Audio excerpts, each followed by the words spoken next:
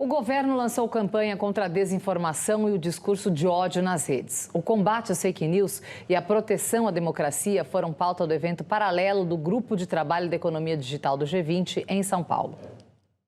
A desinformação ampliou as mortes por Covid-19 e afetou a cobertura vacinal, colocando a vida de bebês e crianças em risco. A desinformação promove violência e inibe a participação de mulheres no debate público.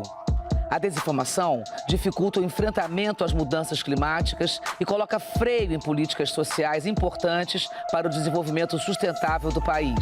O vídeo faz parte da campanha de enfrentamento à desinformação e ao discurso de ódio na internet, que foi lançada hoje em São Paulo.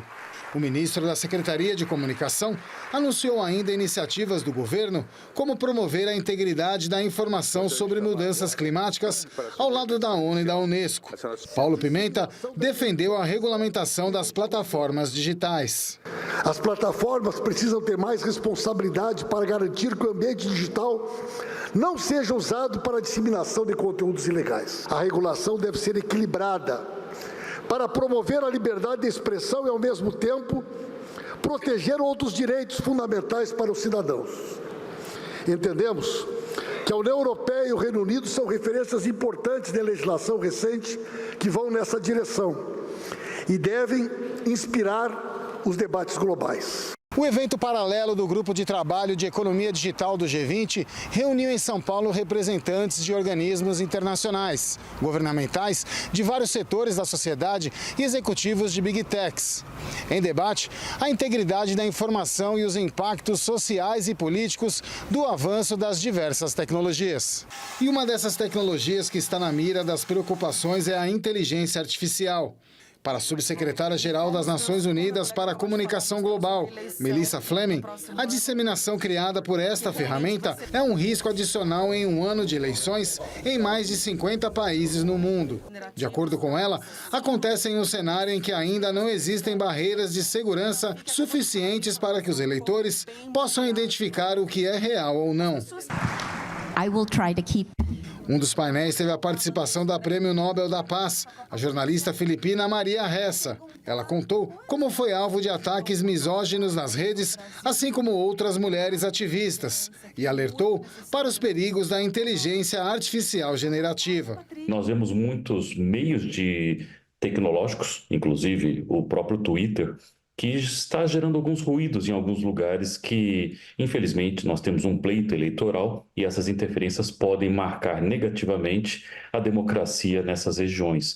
Então é importante que o Brasil se posicione de fato para tratar esse assunto de uma maneira séria e de uma maneira institucional, não só contando com outras plataformas de empresas privadas para verificar esses fatos.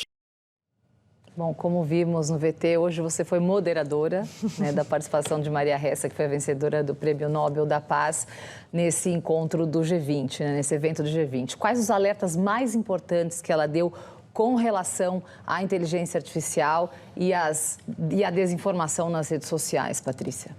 Olha, Karen, uma coisa muito importante é, com as redes sociais, o mundo demorou muito para acordar para a necessidade de você ter uma regulação feita pelo Congresso, uma regulação respeitando a liberdade de expressão, mas você ter regras, você não se basear apenas na autorregulação, nas empresas se policiando.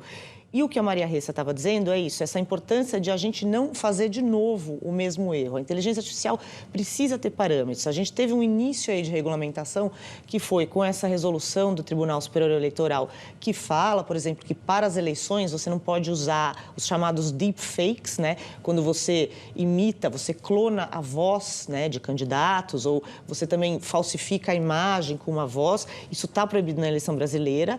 E você também, quando você está usando inteligência artificial na propaganda eleitoral, etc., você tem que ter um rótulo mostrando. A outra coisa que é potencialmente uma regulação para isso é o projeto de lei do senador, presidente do Senado, o Rodrigo Pacheco, que também trata sobre inteligência artificial. Esse não vai dar tempo para vigorar para a eleição, mas assim, ela ressaltou a importância de ter regras para isso e também apontou ela disse que é interessante isso, é como se fosse um vírus que infecta os lugares, seja numa desinformação em relação à vacina, né, você levantar questões você vai semeando dúvidas nas pessoas e o resultado, por exemplo, no caso das vacinas, você tem uma queda na cobertura vacinal que afeta todo mundo, né? Diminui a proteção de todo mundo. Mesma coisa no aquecimento global, em relação a informações de mudança climática, que é o que o governo brasileiro vai aderir a essa iniciativa da ONU, que é justamente para fazer checagem e disseminar informação verdadeira sobre mudanças climáticas.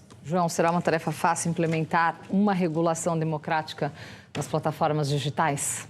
Não, fácil não é, mas é plenamente possível, não é? Inclusive, eu acho que já tem bastante debate para isso, bastante massa para que o Congresso chegue a uma regulação que, como disse a Patrícia, proteja de regras as atividades e, ao mesmo tempo, preserve a democracia e o direito de todo mundo se expressar. Eu acho só que tem uma questão que está faltando, que as pessoas não conseguiram atingir ainda. As novas tecnologias, o universo da rede social, tudo isso que está acontecendo, é mais rápido que a nossa capacidade de regulamentar, evidentemente isso está claro, agora muito mais rápido ainda na adoção por grande parte da sociedade desses mecanismos, em particular o jovem. Se você não tiver campanhas onde você ganhe os corações e mentes dessas gerações para esse troço, você não consegue chegar a lugar nenhum. Porque enquanto os jovens estiverem simplesmente dizendo eu não tenho nada a ver com isso e continuo minha vida do jeito como está e não entendendo o que pode alcançar, certo? Por mais regulação que você tiver, isso vai continuar acontecendo. É fácil para mim, da minha geração, da minha idade, entender, até pela profissão de ser advogado, entender essa questão da regulação. Para o jovem é muito difícil. E quem adotou, principalmente, ou foi capturado por essas novas tecnologias expressas nas redes, etc., é fundamentalmente a população jovem, não só do Brasil, mas do mundo.